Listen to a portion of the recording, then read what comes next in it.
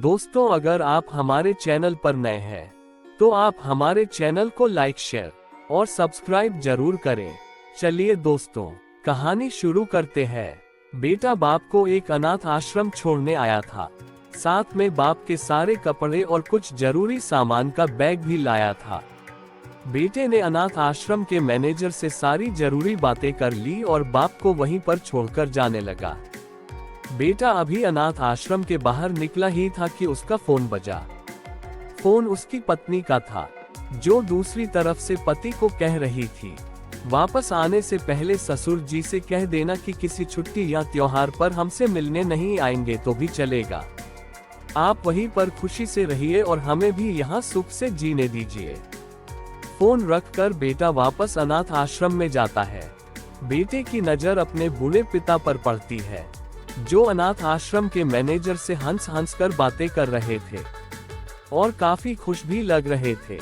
बेटा सोच में पड़ जाता है कि उसका पिता अनाथ आश्रम के मैनेजर को कैसे जानता है। थोड़ी देर इंतजार करने के बाद जब उसका पिता मैनेजर से दूर जाता है, तब बेटा मैनेजर के पास पहुंच जाता है और उससे पूछता है कि आप मेरे पिताजी को कैसे और कब से जानते हैं।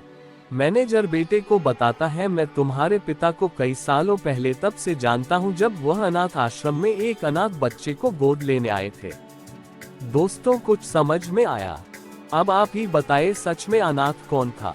वह बेटा जो अपने बाप द्वारा बिना उससे बताए किए गए इतने बड़े उपकार के बदले उनके आखिरी समय में इस तरह ठोकर मार रहा था, या वह पिता जिसने एक अनाथ बच्चे को निस्वार्थ भाव से इतना प्यार दिया जितना खुद के बच्चे को दिया जाता है?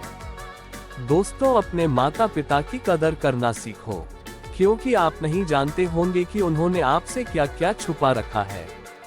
कितने बलिदान, कितने त्याग उन्होंने आपके लिए किए हैं, शायद आप जानते भी नहीं होंगे। हमारे वीडियोस देखने के लिए आपका दिल से धन्यवाद।